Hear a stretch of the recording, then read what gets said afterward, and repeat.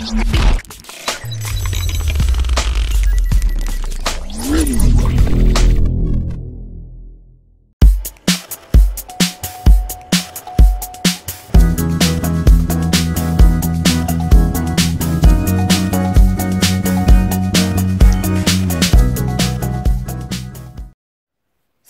à tous, on se rejoint aujourd'hui pour une nouvelle vidéo de déballage avec aujourd'hui le OnePlus 7 Pro et OnePlus dont on a fait tous les modèles je crois, pas en avant-première non plus parce que bon ça sort dans le monde entier donc du coup par contre on a le Redmi K20, enfin le Mi 9T qui est le Redmi K20 qui arrive en semaine prochaine, on sera sûrement les premiers à le faire celui-là.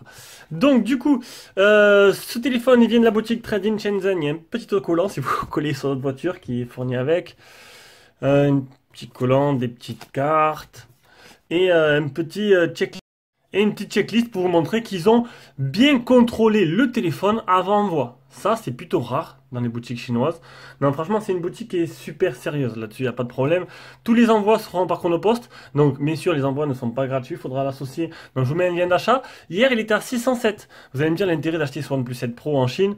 Le payer un peu moins cher que la France, voilà.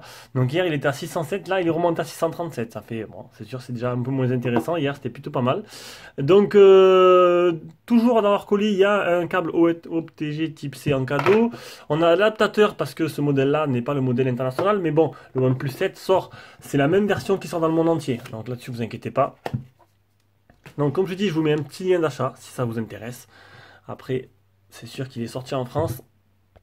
Donc, je l'ai dit, tous leurs téléphones arrivent par Chronopost ou DPD. Je ne sais plus si c'est Chronopost ou DPD, c'est l'un des deux. Donc, du coup, vous n'aurez aucun problème. Non, c'était Chronopost là.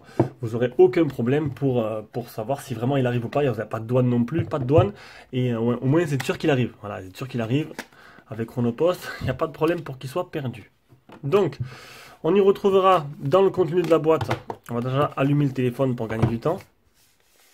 Un téléphone qui est disponible à la vente. Alors, on m'a demandé pourquoi je ne le gardais pas. Ben écoutez, parce que déjà c'est une somme. Hein. Il faut que je récupère les sous que j'ai investis. Donc du coup, je sais pas. Peut-être qu'après s'il me plaît vraiment, je me ferai un petit plaisir, je le garderai. Mais pour l'instant, batterie tout là, c'est sûr que là, comme ça va être difficile de faire la prise en main. Donc ça va être une prise en main qui va se faire en deux fois. Hein. Donc le téléphone il est déchargé, on va regarder le contenu de la boîte et on va devoir le charger un peu avant de voir la suite. Donc ça, je sais pas ce que c'est. C'est en chinois. On aura là-dedans le trombone qui est sorti de son emballage parce qu'ils ont dû le tester. Comme je dis, c'est assez rare que les boutiques chinoises testent leur téléphone. Si tout le monde pouvait le faire, ce serait plutôt pas mal. Des fois, tu reçois les téléphones. J'ai déjà reçu les téléphones de Chine qui ne marchaient pas en arrivant et qui ont dû repartir. Ça, c'est vraiment bête. Alors que les tests, au moins, tu es sûr de tout. La coque en silicone. Alors, dans la boîte, comme je vous ai dit, ce ne sera pas un chargeur européen. Donc, il y a l'adaptateur qui est donné avec. Un câble type C. Le gros chargeur de OnePlus. Alors c'est un 5 volts 2 ampères. Bien sûr, il y aura la charge rapide. C'est tout ce qu'on a. On doit avoir au milieu quelque chose, non? Alors est-ce qu'il y a le port jack? Le port jack n'y est pas. Donc l'adaptateur, il est où? L'adaptateur pour écouter la musique, bien sûr. Alors, normalement, je dis pas. Ah là, il est au milieu. Non, même pas. Non, il n'y est pas. C'est bizarre ça. C'est chelou. Donc ils ne l'auraient pas mis. Je crois qu'ils l'ont. Bon, ils l'ont pas mis. Ils ont dû faire comme. J'ai pas de bêtises, il n'y a rien d'autre. Hein. Ils ont peut-être fait comme Apple et il faudra l'acheter séparément. Bon, après, ça coûte vraiment pas trop cher. Mais après OnePlus, voilà, ils ont monté en gamme. Les prix sont montés. Il y en a qui sont pas contents. Je comprends, hein, le jour où Xiaomi vont sortir un téléphone à 700, ils l'ont déjà fait, hein, mais le jour où le prochain Mi 10 sort à 700, 750 euros, ça va faire pas plaisir à tout le monde parce qu'on avait l'habitude d'avoir du low cost. Mais bon, c'est un peu l'évolution. Honor l'a fait, Huawei l'a fait. Au début, Huawei c'était du bon tarif. Maintenant, ça devient hors de prix. C'est comme tous. Et oui, c'est comme ça. Allez, on fera la deuxième partie de la vidéo quand il sera un peu chargé. Là, j'ai mis la coque pour vous montrer. Donc, une coque plutôt de bonne j'arrive pas à enlever. Voilà, c'est quoi ça? Ah, il y a un film dessus posé. Ça, c'est pas mal. Il y a déjà un film posé d'origine sur le téléphone. La coque est plutôt de très très bonne qualité. Le téléphone, il est Edge. Donc, elle se rabat bien sur les côtés. Et on peut voir qu'il y a bien l'emplacement. Donc, la coque full body. Ça, c'est plutôt pas mal. C'est full body. Intégrale, hein.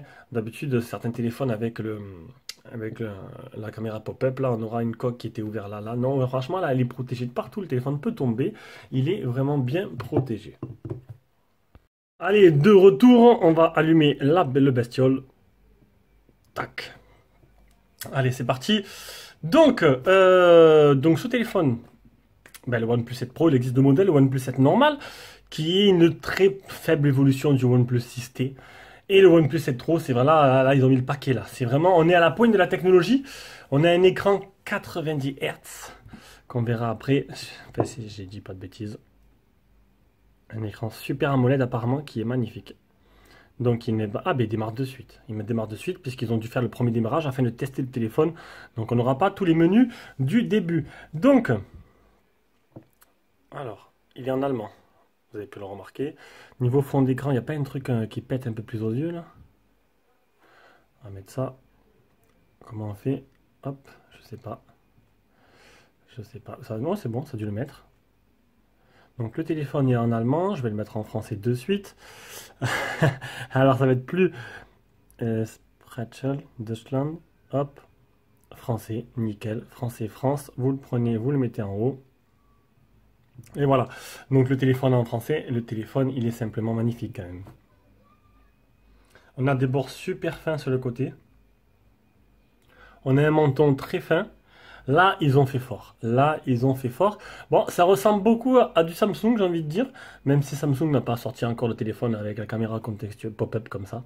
Donc, au-dessus, on aura le haut-parleur qui va se trouver tout le long. Là, vous le voyez dans la grille. Ici, en dessous, on aura le tiroir SIM. Alors, le tiroir SIM, je vais vous l'ouvrir de suite pour voir un peu ce qu'il y a. Le temps de récupérer mon petit trombone. Donc je me pose encore la question, est-ce que je le garde ou est-ce que je le vends? Alors dans ce tiroir SIM, on aura une nano SIM, deux nano SIM, pas d'emplacement carte SD, donc listé dans plusieurs modèles. Donc moi c'est le modèle 120, le 628. On voit les côtés sont assez edge. Donc plutôt joli. Sur le côté gauche, on aura bouton volume plus moins. Côté droit, le bouton power et ce fameux bouton qu'on a retrouvé avant sur les iPhones qui vous permettra de mettre en vibreur, en silencieux et en sonnerie.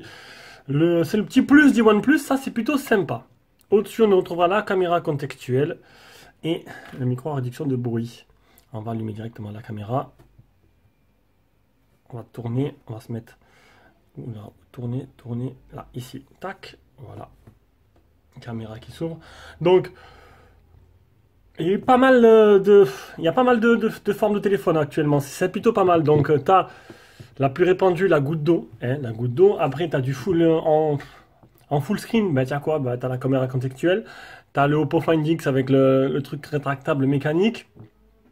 Tu as comme le Asus Zenfone 6, le dernier, ou la caméra rotative. Ils essayent. Et je trouve que ce pop-up, c'est peut-être l'une des meilleures solutions parce que le téléphone, du coup, n'est pas très épais, pas très gros. En fait, le fait qu'il soit edge en plus, qu'il soit incurvé sur le côté, ben, c'est plutôt pas mal niveau forme. Voilà.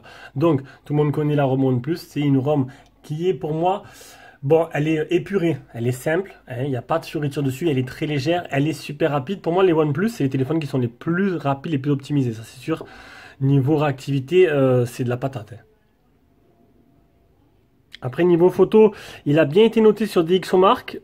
Malgré cela, FR Android et les autres gros sites l'ont un peu descendu niveau photo. Ils n'ont pas mis vraiment des bonnes notes par rapport à ce qui se fait actuellement.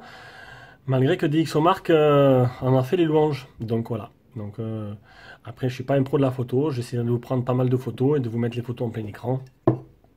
Et de dire mon ressenti. Mais après... on va pas dire que niveau photo, je sois vraiment un exemple. Allez, c'était le déballage à la première prise en main du OnePlus 7 Pro, un téléphone qui est disponible à la vente. Je vous mets un lien dans la description si vous voulez l'acheter.